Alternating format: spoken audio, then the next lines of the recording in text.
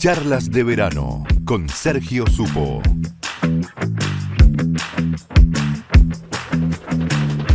Hola Laura, ¿qué tal? Hola Sergio, un gusto estar acá.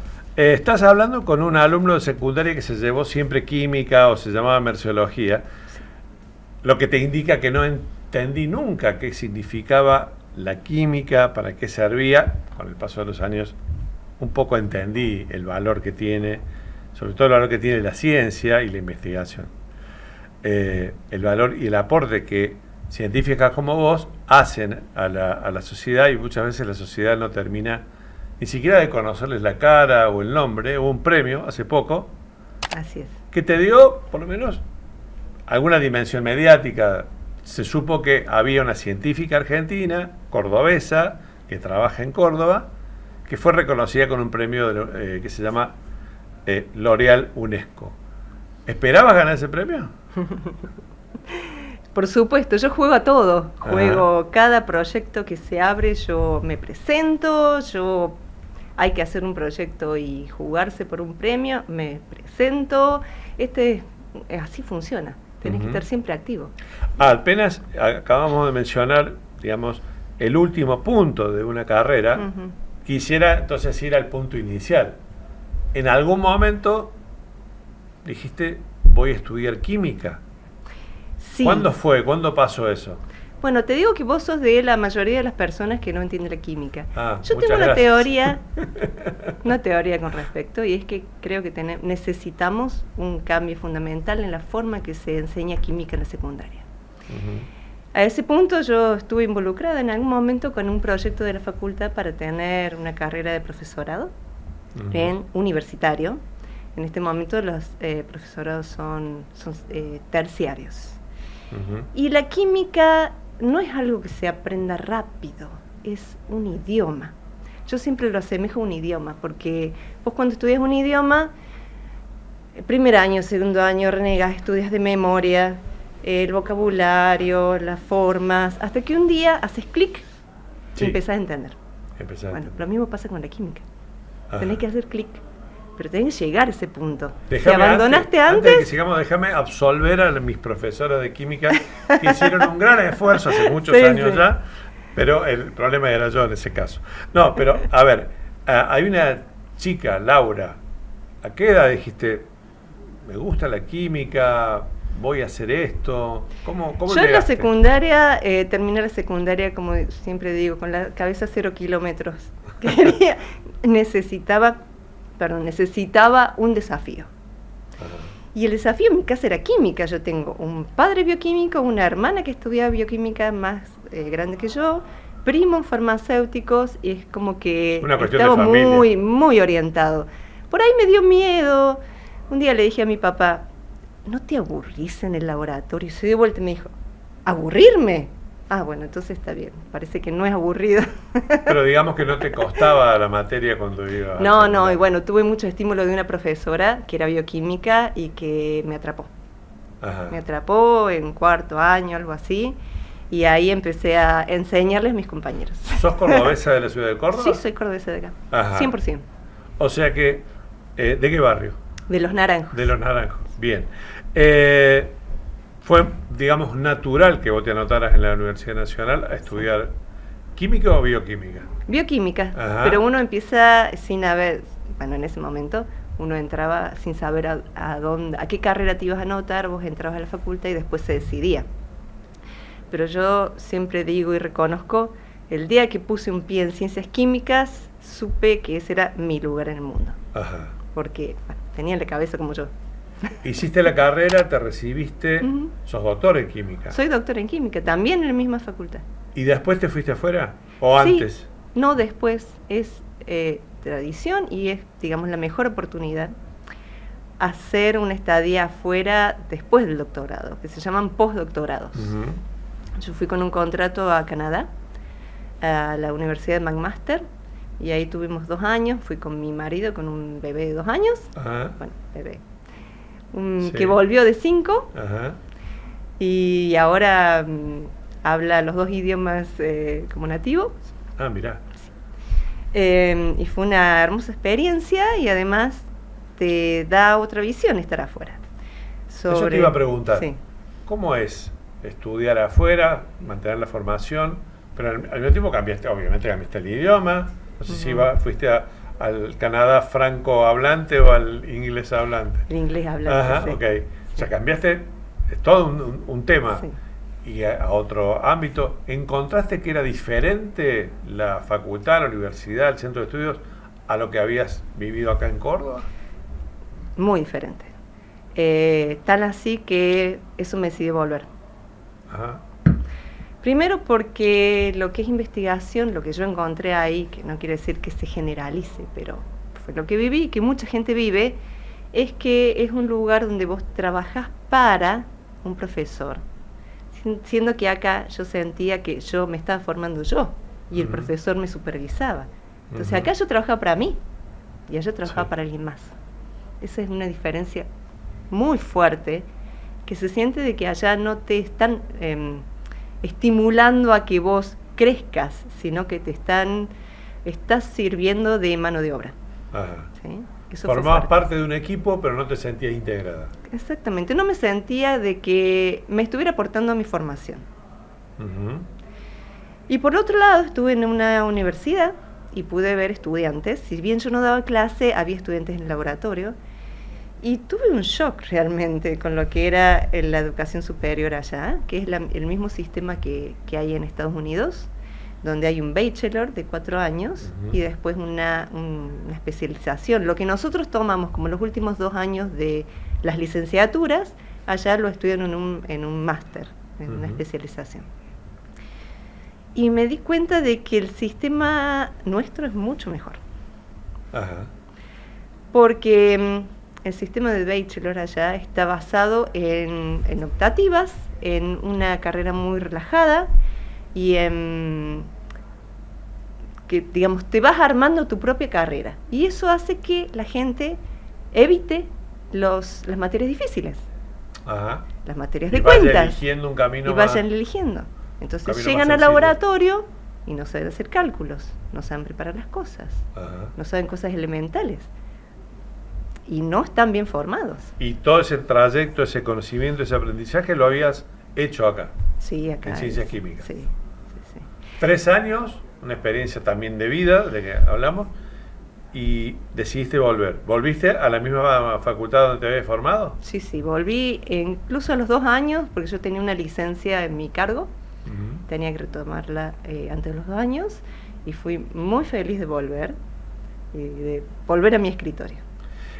¿Ser bioquímico o químico, es una persona solitaria o es una persona que todo el tiempo, toda su carrera trabaja acompañado en equipo, formando parte o liderando parte de un equipo? ¿Cómo es el trabajo que tiene? En eso yo veo que la sociedad en general tiene una visión muy equivocada de la ciencia. Mucha gente. La ciencia no es un profesor o un investigador en su laboratorio, con su guardapolvo, trabajando solo. Porque no se hace ciencia solo. Si uno no comunica lo que hace, no está haciendo ciencia.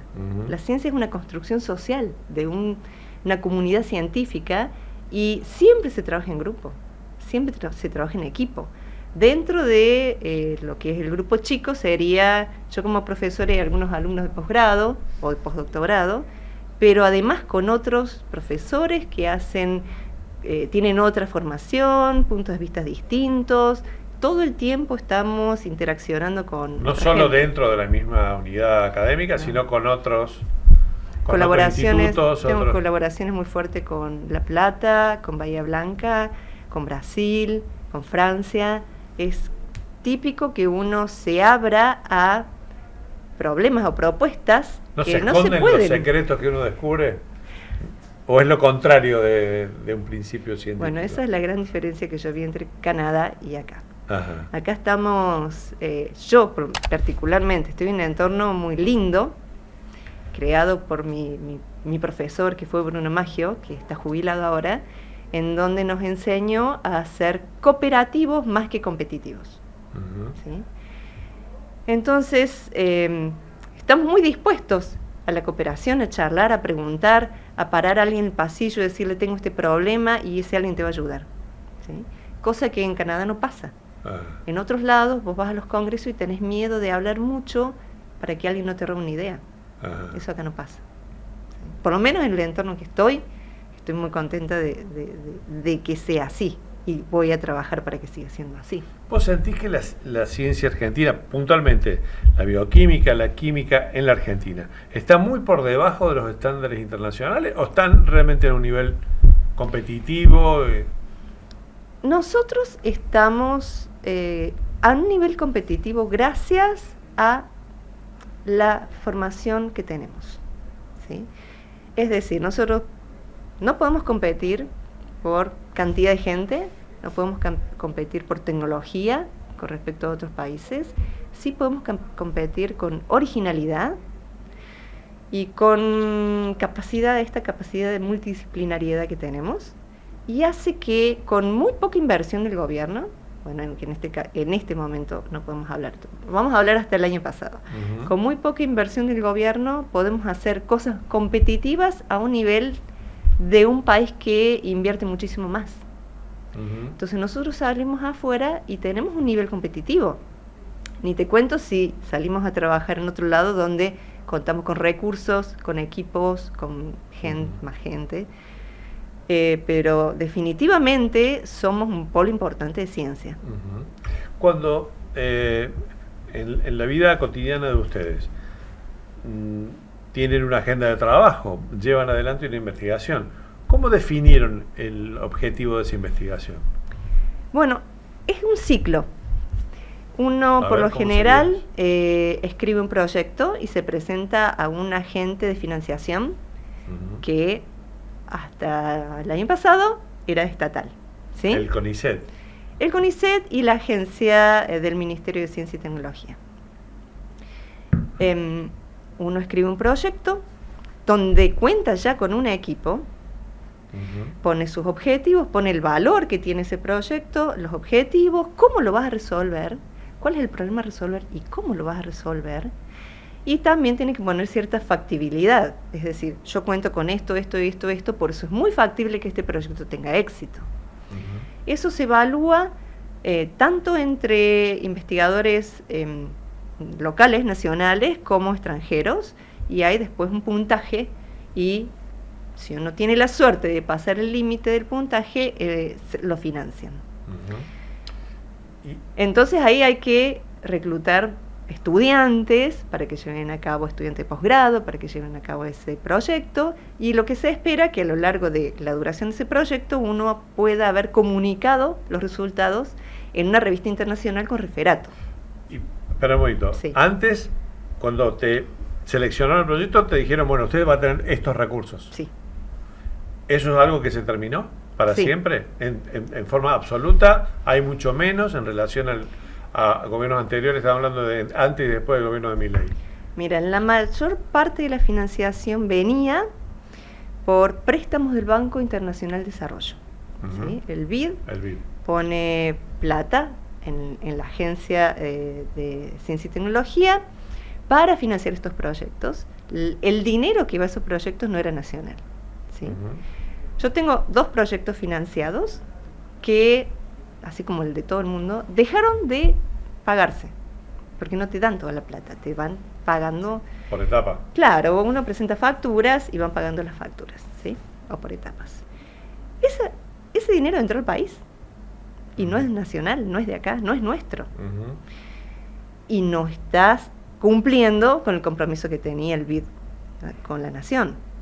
Por lo tanto, no hay nuevos acuerdos con el BID y no hay ninguna perspectiva que vuelva a entrar dinero para esos fines. Por eso te digo de que estamos pasando por una tremenda situación donde nos juntamos los congresos y decimos, miren, esto es lo lindo que hemos hecho el año pasado, el año que viene no vamos a poder seguirlo, porque no tenemos cómo pagar los insumos. Vos tenés una investigación en marcha que no la vas a poder seguir ahora. Así es. ¿Sobre? Tenemos varias líneas. Te puedo contar las que estuvieron más involucradas en el premio. Sí. En general, yo lo que estudio son moléculas que pueden suplantar desinfectantes o agroquímicos que en este momento se están usando y que son tóxicos, por moléculas que no son tóxicas, que no se acumulan en el medio ambiente y no van a ser ofensivas. Espera un poquito.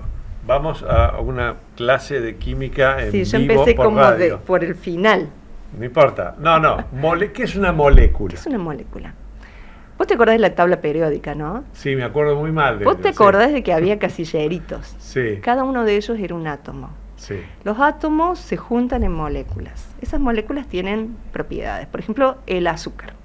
El azúcar es una molécula que vos sabés que tiene tal gusto, tal color, cristaliza y todas esas cosas. La sal es una molécula. Una partícula de azúcar Es tiene lo más chiquito. una molécula. Si vos te acordás lo que era el cambio químico, es un cambio de una molécula a otra molécula. O sea, el azúcar se quemó y dejó de ser azúcar y ahora es una cosa negra horrorosa, con olor en la cocina. Sí. Eso es un cambio químico.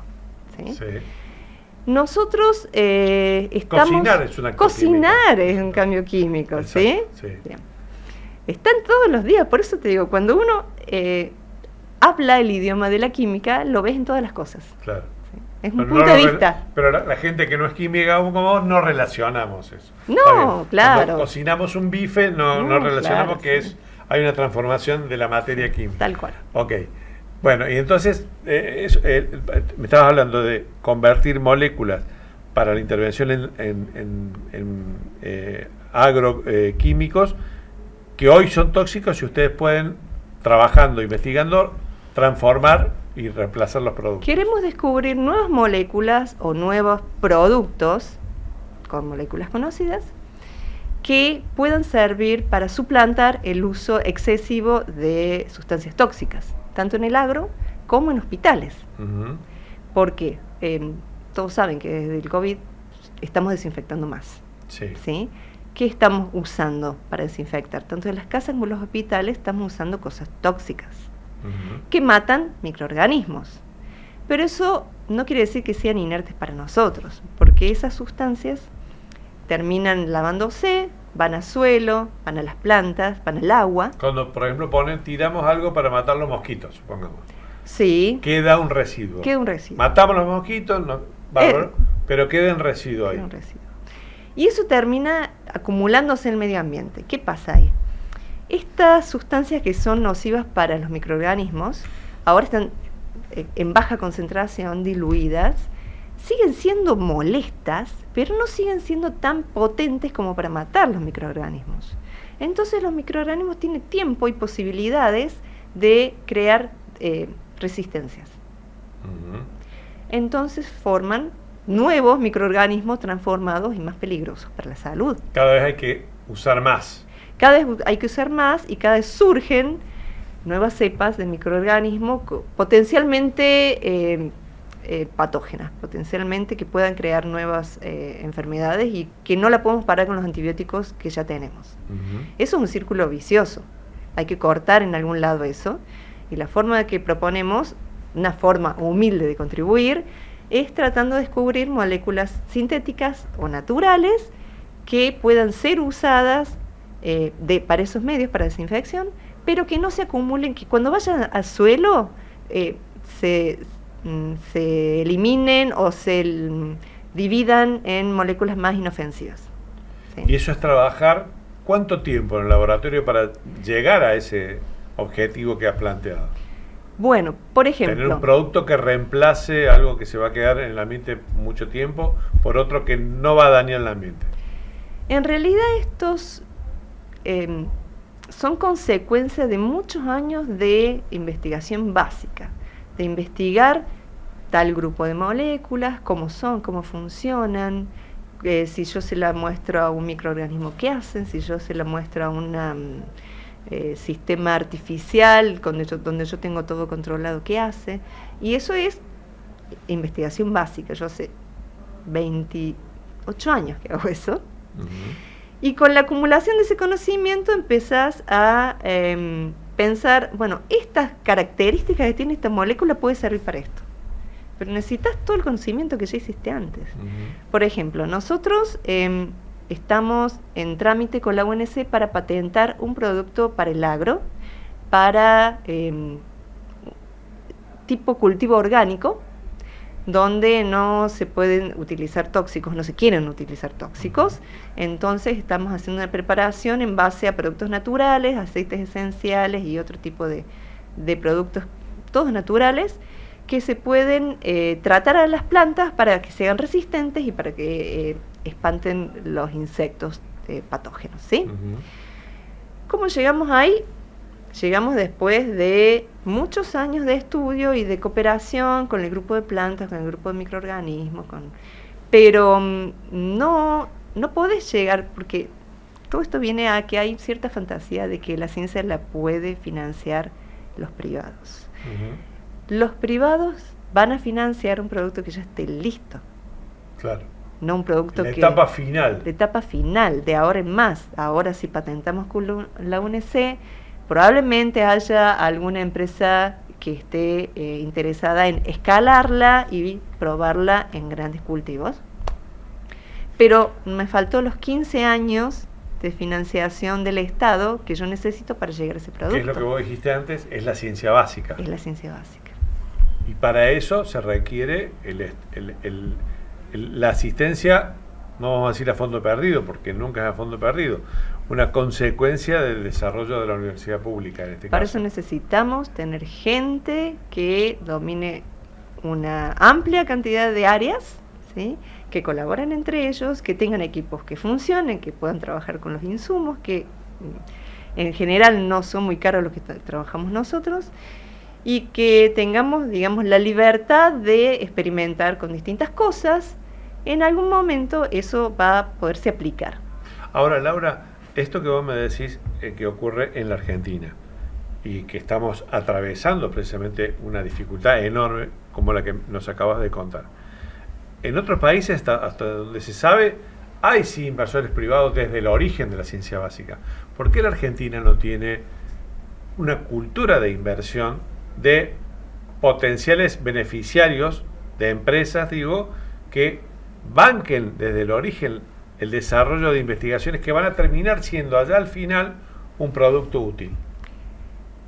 Si vos te pones a ver la inversión en ciencia de los estados, es muchísimo de los estados desarrollados, de esos de que uno se quiere parecer. Israel, Alemania, los países nórdicos, todos tienen más o menos entre el 2 y hasta el 4% del PBI del Estado para financiar ciencia. Nosotros, bueno, en este momento estamos en prácticamente nada, ¿no? Sí. Muy bajo.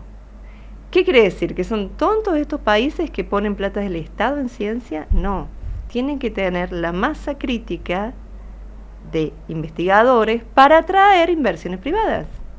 No es una cosa sin la otra. Claro. Y cuando vos decís desde cero, es desde un conocimiento, y lo que se hace con las empresas privadas es el desarrollo. Vos ya sabes que tal producto tiene este efecto y ahora querés saber cómo producirlo a gran escala, cómo administrarlo a gran escala, cómo venderlo. Todo eso es desarrollo. La ciencia en la Argentina y lo que se invertía en la ciencia, desde tu punto de vista, ¿estaba bien invertido? No te estoy hablando del monto total, sino en la distribución, ¿o vos creés que debería el país apostar, si hubiera fondos, a ciencias más duras como la química o la física o ese tipo de ciencias en contra de o en detrimento de, supongamos, ciencias sociales, o por decir algo que se me ocurre como primera palabra? No creo que haya que favorecer a un área con respecto a otra. Ajá. Porque responden a necesidades distintas, ¿sí? Tampoco creo que haya una dicotomía entre la ciencia básica y la ciencia aplicada. Uh-huh. Es todo ciencia. Claro. Nada más que... Son etapas. Son etapas. Ciencia que puede ser aplicable. Que no sabes cuándo va a suceder, pero tenés que apostar a que esto... el ejemplo de siempre. Marie Curie sí. Estudiaba con su esposo las radiaciones de un grupo de átomos muy extraños, que una radiación no descrita, Y era una investigación absolutamente básica, ¿sí? Porque no tenía ninguna utilidad en ese momento, estaban describiendo un fenómeno natural.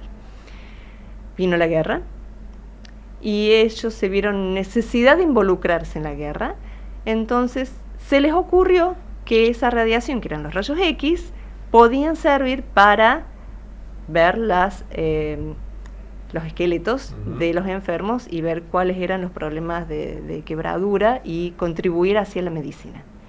¿Lo hicieron para eso? No. Claro. Lo hicieron como una ciencia básica, como curiosidad Surgió científica. la radiografía. Surgió la radiografía. Como una consecuencia. Como una consecuencia, hay una necesidad que era clara, que era la guerra y una necesidad médica, y había gente que conocía ciencia básica, se unieron y hicieron algo maravilloso. Volviendo a tu tema, a tu área específica, ¿vos encontrás que los productos químicos que utilizamos en nuestra vida cotidiana van tendiendo hacia a ser más saludables, menos contaminantes, menos tóxicos, o la tendencia es al contrario, en el sentido inverso? Cada vez consumimos más productos que nos complican, nos pueden llegar a complicar la salud y el ambiente.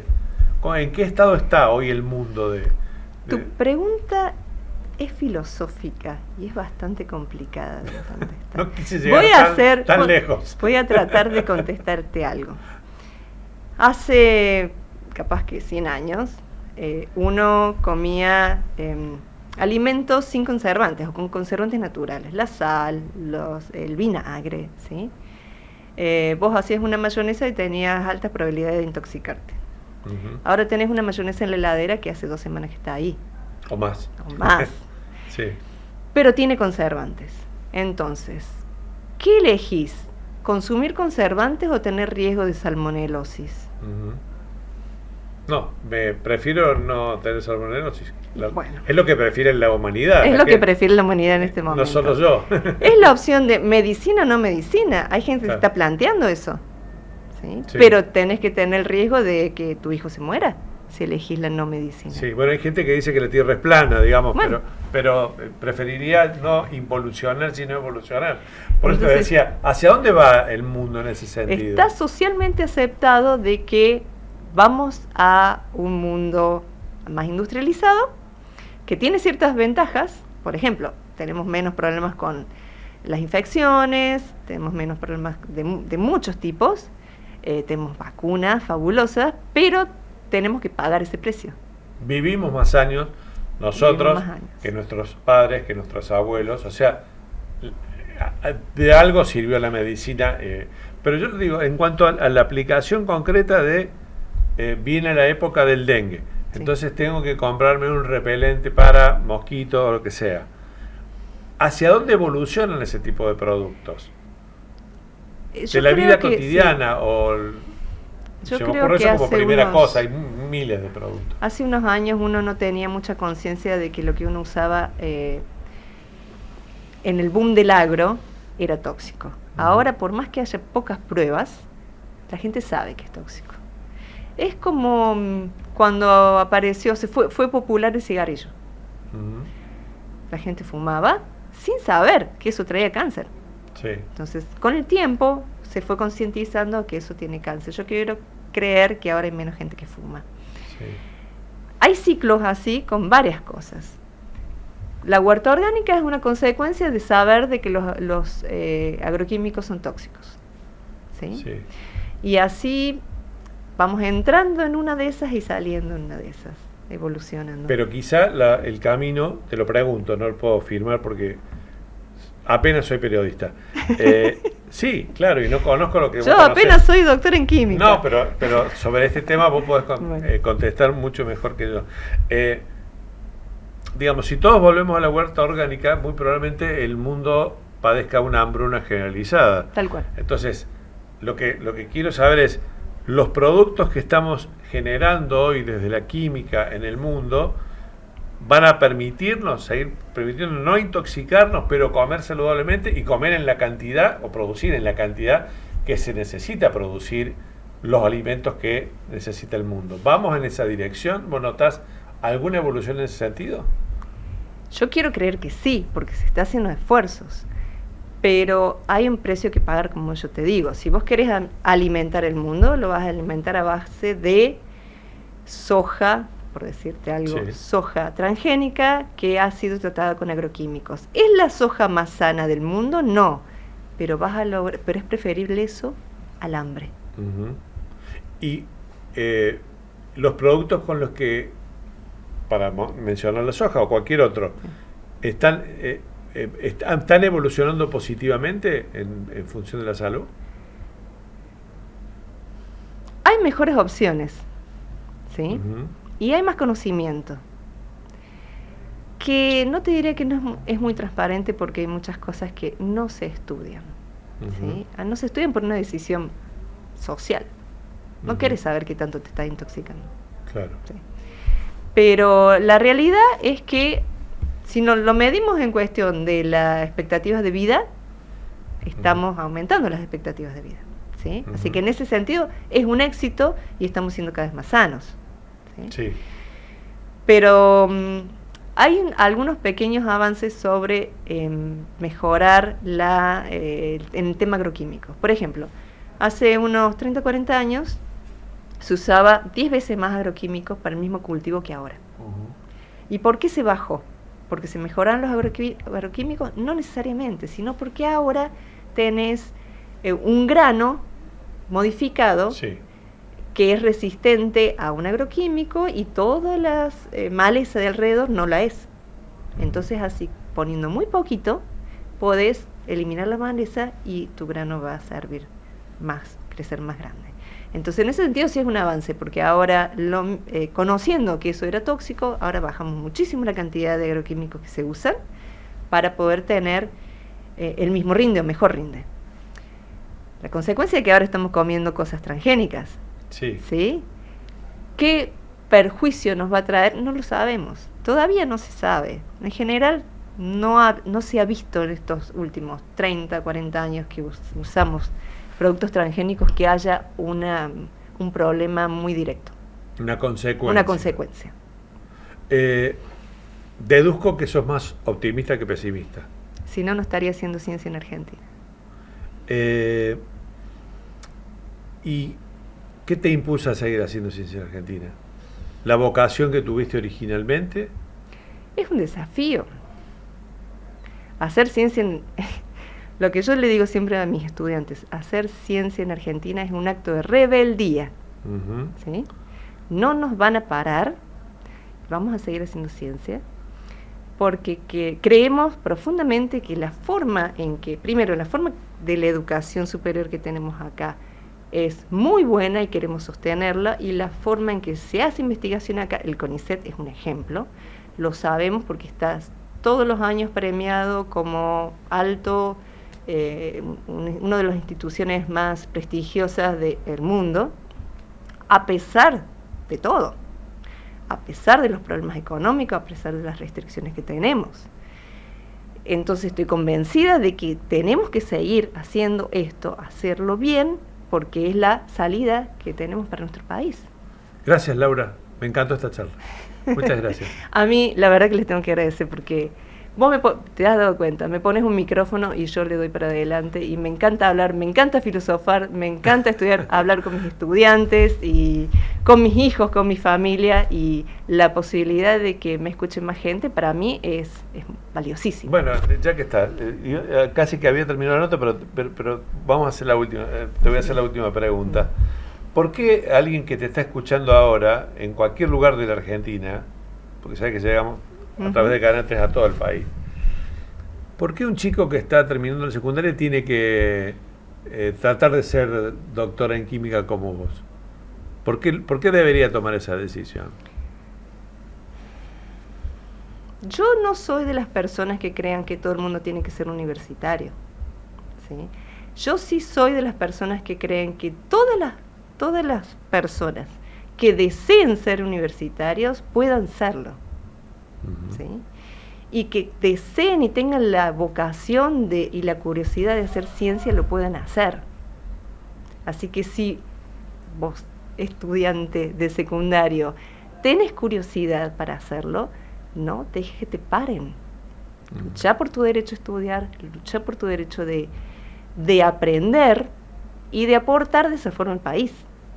Gracias, Laura. Ahora sí, muchas gracias. A ustedes.